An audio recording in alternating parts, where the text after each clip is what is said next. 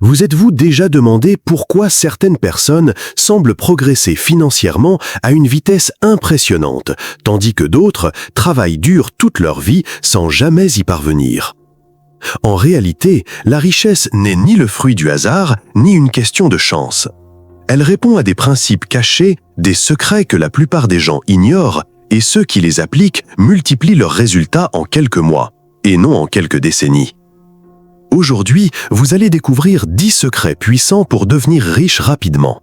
Des secrets que vous n'apprendrez ni à l'école, ni à l'université, mais qui s'appliquent à tous, des entrepreneurs de renom aux investisseurs les plus influents du monde. Et le meilleur dans tout ça, vous n'avez pas besoin d'avoir des millions sur votre compte en banque pour vous lancer. Il vous suffit d'ouvrir votre esprit, d'assimiler ces lois et de les mettre en pratique dès maintenant. Imaginez à quel point votre vie changerait si, au cours des 12 prochains mois, vous pouviez poser les bases de votre liberté financière, générer des revenus indépendants de votre temps et commencer à vivre avec la tranquillité d'esprit. L'argent n'est plus un obstacle, mais un outil. Restez avec moi jusqu'à la fin, car chaque secret est lié au suivant, et en manquer un seul pourrait faire toute la différence entre rester où vous êtes ou franchir le pas vers une vie d'abondance. Avant de commencer, j'aimerais que vous écriviez dans les commentaires « Je suis prêt à recevoir l'abondance ». Car lorsque vous déclarez votre intention, votre esprit commence à s'aligner sur la richesse que vous méritez. Préparez-vous, car ce que vous allez entendre aujourd'hui peut marquer un avant et un après dans votre vie financière. Loi numéro 1. Le silence qui multiplie votre richesse. Les grands bâtisseurs de fortune comprennent un principe qui semble simple, mais que peu appliquent. Le silence est un atout financier. Nous vivons à une époque de surexposition. Chacun partage ses activités, ses projets, voire ses rêves. Mais les millionnaires les plus influents annoncent rarement ce qu'ils construisent. Pourquoi? Parce qu'ils savent que révéler son plan à l'avance ne sert à rien, au contraire. Une étude de l'Université de New York a montré que lorsqu'une personne partage publiquement ses objectifs, le cerveau libère de la dopamine, la même hormone de récompense activée lors de l'atteinte d'un objectif. Résultat, votre esprit a l'impression d'avoir déjà accompli quelque chose même si vous n'avez même pas encore fait le premier pas. Et cela réduit considérablement votre motivation. Imaginez, selon les données du Bureau of Labor Statistics des États-Unis, 92% des personnes abandonnent leurs objectifs du nouvel an au cours des premières semaines. L'une des principales raisons est précisément la suivante. Elles parlent plus qu'elles ne le font. Elles gaspillent leur énergie à en parler, à recevoir des avis, des critiques, voire des moqueries, et il ne reste plus rien à mettre en œuvre. Travailler en silence ne signifie pas se cacher. Cela signifie créer un espace fertile où vos idées se développent à l'abri des contaminations extérieures. Imaginez une graine fraîchement plantée. Si vous la déterrez chaque jour pour la mettre en valeur, elle ne germera jamais. Il en va de même pour vos projets financiers. Le silence vous offre 3 avantages clés. 1. Protection contre les interférences extérieures. Les gens expriment leurs opinions en fonction de leur peur et non de votre vision. En gardant le silence, vous empêchez les autres de semer le doute en votre faveur. 2. Concentration absolue. Ce que vous ne partagez pas avec le monde devient un pacte avec vous-même. C'est un contrat tacite qui renforce votre discipline. 3. Impact démultiplié. Lorsque vous révélez enfin vos réussites, ce ne sont plus des promesses, ce sont des résultats. Et les résultats ont un pouvoir de crédibilité qu'aucun mot ne peut égaler. N'oubliez pas, les marchés financiers évoluent silencieusement avant d'exploser publiquement. Il en va de même pour la richesse personnelle. Elle se construit d'abord dans l'invisible, puis se manifeste dans l'inévitable. Loi 2. Le pouvoir du temps protégé. Il existe quelque chose de plus rare et de plus précieux que l'argent. Le temps. On peut perdre de l'argent et le regagner. On peut faire une erreur d'investissement et se rattraper. Mais chaque minute perdue ne revient jamais. C'est pourquoi les vrais riches ne se contentent pas de protéger leur argent. Ils protègent leurs heures comme des diamants. Warren Buffett, avec plus de 118 milliards de dollars, l'a répété à maintes reprises. La différence entre les personnes qui réussissent et celles qui réussissent très bien, c'est que ces dernières disent non à presque tout. Il ne dit pas cela par arrogance, il le dit parce qu'il comprend que protéger son temps, c'est protéger sa vie elle-même. La plupart des gens pensent en termes de salaire mensuel ou de revenus annuels. Les millionnaires pensent en termes de valeur horaire. Une étude du cabinet de conseil McKinsey a révélé que les cadres supérieurs valorisent leur temps à des montants allant de 500 à 5000 $ de l'heure selon le secteur d'activité. Imaginez maintenant le temps perdu par ceux qui passent 3 heures par jour dans des trajets inutiles, des réunions improductives ou des conversations sans valeur ajoutée. Cela peut représenter un coût invisible de plusieurs dizaines de milliers de dollars par an. Protéger son temps, ce n'est pas être égoïste, c'est comprendre que chaque minute donnée à la distraction est une minute volée à votre liberté financière. Imaginez votre journée comme un portefeuille d'investissement. Chaque heure investie dans l'éducation financière est un actif qui génère des dividendes futurs. Chaque heure passée sur les réseaux sociaux sans but est un handicap qui consomme de l'énergie et réduit votre productivité. Chaque heure protégée et concentrée est une graine qui, au fil du temps, se multiplie en revenus, opportunités et développement personnel. La clé est d'apprendre à dire non. Non aux réunions sans ordre du jour clair. Non aux personnes qui vous épuisent sans rien apporter. Non aux distractions numériques qui fragmentent votre attention. Protéger son temps, c'est comme diversifier un portefeuille d'investissement. Vous ne pouvez pas vous permettre de tout confier à d'autres. Vous êtes le gestionnaire de votre emploi du temps. Et voici la réflexion la plus importante. Si vous ne valorisez pas votre temps, le marché ne le fera pas non plus. Pour ancrer cette idée dans votre esprit, je vous invite à l'écrire dès maintenant dans les commentaires « J'accepte le succès et le bonheur dans ma vie ». Faites-le avec conviction, car protéger votre temps, c'est protéger l'espace où le succès et le bonheur s'épanouissent. Loi 3. Apprendre moins, appliquer plus. Nous vivons à l'ère de l'information, où le savoir n'a jamais été aussi abondant, et en même temps où la paralysie n'a jamais été aussi grande. La plupart des gens consomment des livres, des cours, des podcasts et des conférences, mais ne passent jamais à l'action. Et voici le paradoxe, l'information sans application n'est pas un atout, c'est un handicap. La véritable croissance financière se produit lorsque l'on passe du savoir à l'action. Car le véritable apprentissage ne se fait pas en théorie, mais sur le marché, au contact direct du risque, dans la pratique quotidienne. Un entrepreneur qui se lance, échoue en 3 mois et réessaie, apprend plus en économie, en marketing et en vente que quelqu'un qui passe 5 ans à accumuler des diplômes sans rien créer. En fait, une étude de l'université de Stanford a révélé que les entrepreneurs qui échouent dans leur première entreprise ont 20% de chances de plus de réussir à leur deuxième tentative. La raison est simple, l'expérience pratique apporte des leçons qu'aucun livre ne peut offrir. Les connaissances non appliquées sont comme des dettes, elles s'accumulent, génèrent de l'intérêt sous forme de frustration et donnent l'impression qu'il manque toujours quelque chose pour démarrer. L'action, en revanche, est un capital investi. Chaque pas imparfait que vous faites est comme investir de l'argent dans un fonds commun de placement. Il ne porte peut-être pas de fruits immédiats, mais se transforme en expérience qui, tôt ou tard, rapporte des dividendes. La différence entre un étudiant et un acteur est la même qu'entre un analyste financier et un véritable investisseur. L'analyste peut écrire des pages entières sur les tendances, mais c'est l'investisseur qui prend des risques, investit du capital et encaisse des rendements. L'un observe, l'autre multiplie. N'oubliez pas, une action imparfaite l'emportera toujours sur une préparation permanente. Loi numéro 4. Devenez digne de la richesse. L'argent ne vient pas parce que vous le voulez, il vient parce que vous le méritez. Et le mériter n'est pas une question de chance, il s'agit de créer une réelle valeur pour les autres. Nombreux sont ceux qui se sentent frustrés parce qu'ils ont l'impression de travailler dur sans obtenir ce qu'ils espèrent. Mais la richesse ne dépend pas d'un effort isolé, mais de la valeur que vous générez sur le marché. L'argent se dirige toujours là où il trouve utilité, efficacité et solution. Voyez les choses ainsi. Si vous gagnez 1000 $ par mois aujourd'hui, ce revenu reflète la valeur que le marché accorde à votre travail. Si vous souhaitez gagner 10 000 $, il ne suffit pas de le souhaiter. Il faut multiplier la valeur que vous apportez pour que la différence soit significative. Jeff Bezos a lancé Amazon en 1994 avec une idée simple, vendre des livres en ligne pour faire gagner du temps et des efforts aux gens. Cette proposition de valeur, si modeste au départ, a évolué vers un système qui résout aujourd'hui la vie de plus de 300 millions de clients actifs. Sa fortune personnelle, qui dépasse les 190 milliards de $, n'est pas tombée du ciel. Elle est le résultat d'une création de valeur exponentielle pour des millions de personnes. Il en va de même pour Elon Musk. Sa richesse ne vient pas de l'argent qu'il a demandé à l'univers, mais de la résolution de problèmes gigantesques. Le transport électrique, les paiements numériques, l'exploration spatiale. Chaque solution que j'ai créée a généré de la valeur à grande échelle.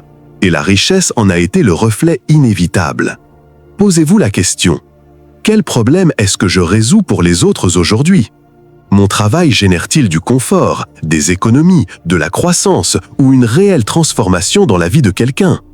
Est-ce que je grandis en tant que personne au même rythme que celui auquel je m'attends à ce que mon compte en banque s'agrandisse?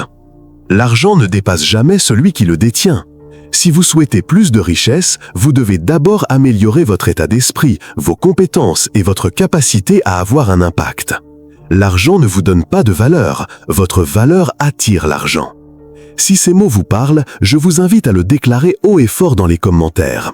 Je suis prospère et j'attire la richesse. Car lorsque vous travaillez pour devenir digne de l'abondance, vous ne courez pas après l'argent. L'argent vient à vous. Loi 5. Concentration extrême. Le multitâche est la taxe silencieuse qui détruit votre productivité. On pense que le multitâche nous rend plus rapides, mais en réalité, il nous rend plus lents, plus distraits et moins efficaces. Une étude de l'université de Stanford a montré que les personnes qui tentent d'effectuer plusieurs tâches à la fois sont jusqu'à 40% moins efficaces que celles qui se concentrent sur une seule tâche. Plus inquiétant encore, leur capacité de concentration diminue avec le temps, comme si elles entraînaient leur cerveau à être de plus en plus distrait. La richesse ne se construit pas en courant dans tous les sens. Elle se construit en disparaissant un moment du bruit social pour se concentrer sur un seul objectif. Une année de concentration totale peut vous faire progresser là où 10 ans de distraction ne vous permettront jamais d'accomplir. Prenons une analogie financière. La concentration est comme les intérêts composés. Chaque jour où vous consacrez de l'énergie à un objectif, vos progrès ne progressent pas de manière linéaire, mais selon une courbe ascendante. Être étourdi, en revanche, c'est comme dépenser son argent pour des petites dépenses invisibles. À la fin de l'année, on n'a rien de concret à montrer. Steve Jobs a dit un jour « Se concentrer, c'est dire non à 100 bonnes idées ». Apple n'a pas créé 100 produits d'un coup. Ils en ont créé quelques-uns, mais avec une telle excellence qu'ils ont redéfini des secteurs entiers. On atteint ce niveau d'obsession que lorsqu'on protège son attention et qu'on décide que, pendant un temps, plus rien d'autre n'a d'importance. Imaginez que votre attention soit comme un rayon de soleil. Diffusée, elle réchauffe à peine, mais focalisée à travers une loupe, elle a assez de force pour allumer un feu. C'est ainsi que fonctionne votre énergie. Dispersée, elle ne se transforme pas. Focalisée, elle crée des empires. Maintenant, posez-vous la question.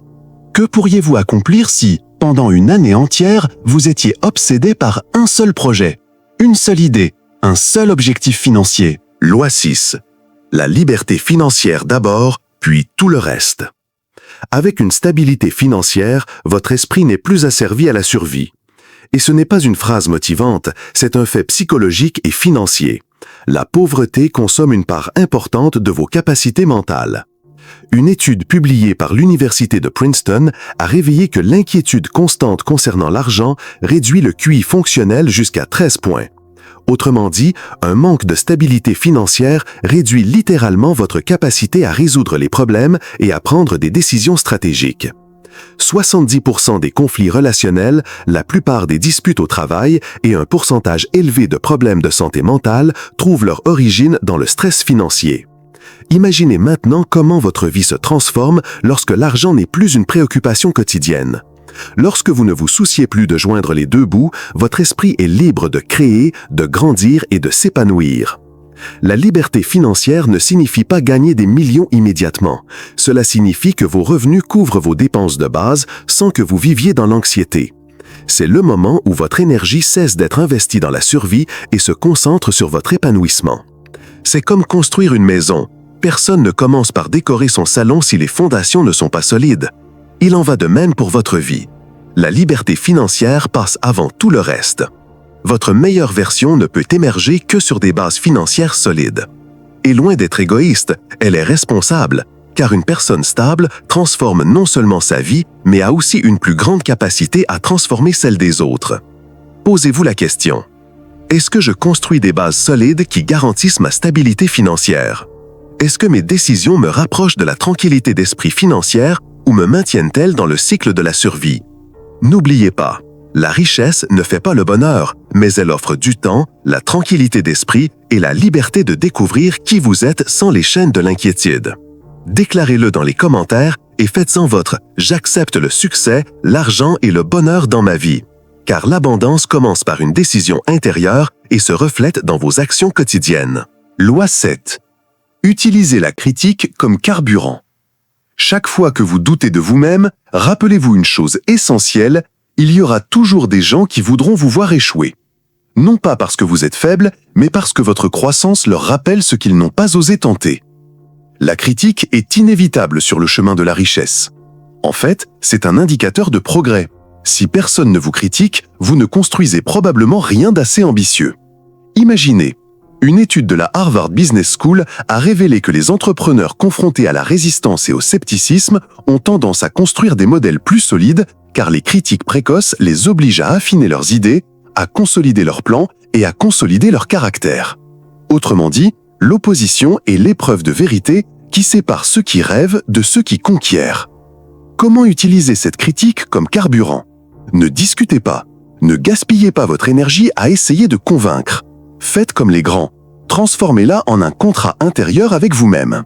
Chaque rire, chaque commentaire négatif, chaque regard méprisant est une dette que le temps recouvrera, non pas en paroles, mais en résultats.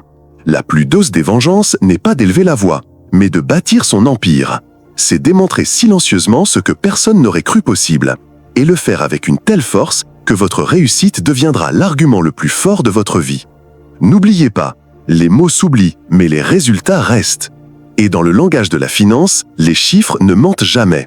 Rien ne fait plus taire les critiques qu'un relevé bancaire vert, une entreprise rentable ou une vie de liberté financière construite pas à pas. Imaginez que chaque commentaire négatif soit comme une goutte de carburant. Accumulez-en suffisamment et vous aurez le feu nécessaire pour alimenter n'importe quel moteur, même celui de vos rêves les plus fous. Loi 8. La stagnation est un signal d'alarme.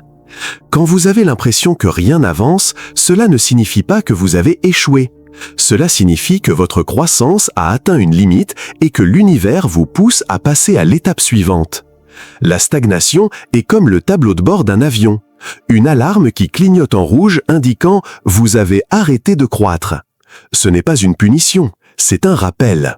Et ceux qui apprennent à tenir compte de ce signal sont ceux qui dépassent leurs limites financières le plus rapidement. Réfléchissez-y.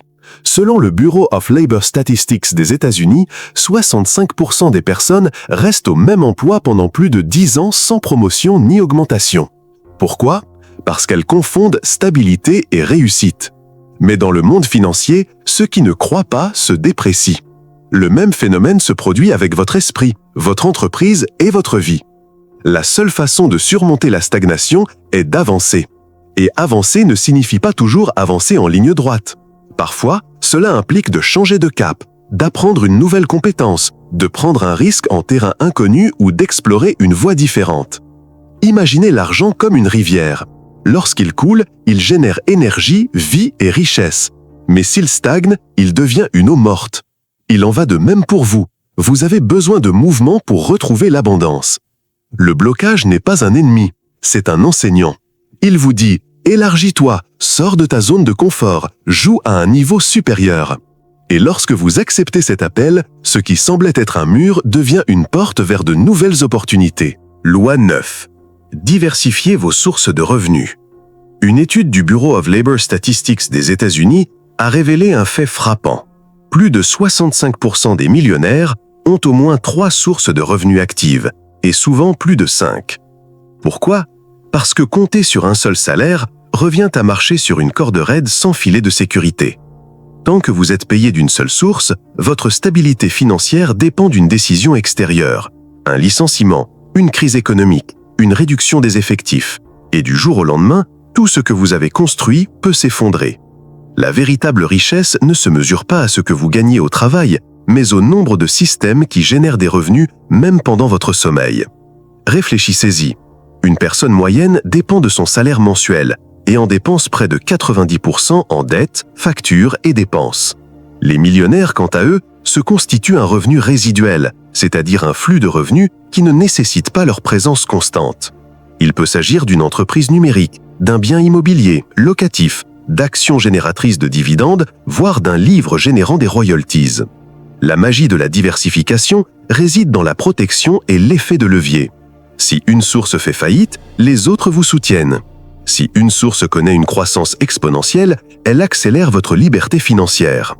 Elon Musk en est un parfait exemple. Tandis que Tesla domine l'industrie automobile, SpaceX développe ses revenus dans l'espace et Starlink génère des flux de trésorerie récurrents grâce à l'Internet par satellite. 3 piliers différents, mais qui construisent tous un seul et même empire. Votre tâche n'est pas de faire 10 choses à la fois, mais de bâtir stratégiquement 3 sources. Une source principale qui finance votre vie, une source secondaire qui croît progressivement, et une troisième qui est un système automatisé. Lorsque vous y parvenez, vous cessez de vivre sur la corde raide et commencez à marcher sur un pont solide vers l'abondance. Loi 10. La gratitude, un aimant à richesse. Cela peut paraître spirituel, mais c'est en réalité une science appliquée à l'argent et à la réussite. La psychologie positive a montré que les personnes pratiquant la gratitude au quotidien ont jusqu'à 25% de chances supplémentaires d'atteindre leurs objectifs financiers. Pourquoi ? Parce que la gratitude n'est pas seulement un sentiment agréable, c'est un ajustement mental qui déplace votre attention du manque vers l'abondance. Et lorsque votre esprit est entraîné à voir ce que vous avez déjà au lieu de vous focaliser sur ce qui manque, vous entrez dans un état où vous prenez des décisions plus claires et moins impulsives. Vous établissez des relations plus authentiques et productives. Vous restez calme face à l'incertitude économique. Imaginez 2 investisseurs.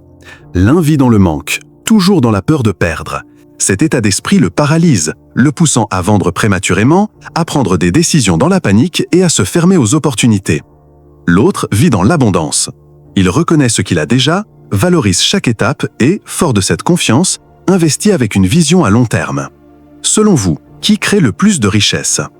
La gratitude, appliquée avec constance, est comme un aimant invisible. Non pas parce que l'argent apparaît comme par magie, mais parce qu'elle adapte votre comportement à des schémas qui attirent davantage d'opportunités. Une personne reconnaissante inspire confiance, véhicule la stabilité et ouvre des portes professionnelles qu'une personne négative n'aurait jamais. Même en matière de finances personnelles, la gratitude change la donne. Si vous êtes reconnaissant pour vos revenus actuels, vous apprenez à mieux les gérer. Si vous êtes reconnaissant pour chaque client ou projet, vous créez de la fidélité et de nouvelles recommandations. Si vous êtes reconnaissant pour chaque petit gain, votre cerveau active la motivation pour en obtenir davantage. La richesse ne naît pas dans le portefeuille, mais dans l'esprit. Et la gratitude est le terreau fertile où les graines de l'abondance financière s'épanouissent le plus fortement. Dites-moi dans les commentaires, quelle est la première chose pour laquelle vous êtes reconnaissant aujourd'hui ? Car en partageant votre gratitude, vous déclarez au monde que vous êtes prêt à recevoir davantage. La véritable richesse ne consiste pas seulement à accumuler de l'argent, mais à devenir la personne capable de le maintenir. Si vous appliquez ces 10 lois, votre vie ne changera pas du jour au lendemain. Mais petit à petit, vous commencerez à voir comment le monde réagit différemment à votre énergie, votre discipline et votre vision. Et n'oubliez pas une chose, l'abondance ne s'acquiert pas par hasard, elle se construit chaque jour à chaque décision. Si cela vous a interpellé, c'est que vous êtes prêt à entendre le prochain message. Abonnez-vous et rejoignez-moi dans ce voyage, car le meilleur de votre histoire financière reste à écrire.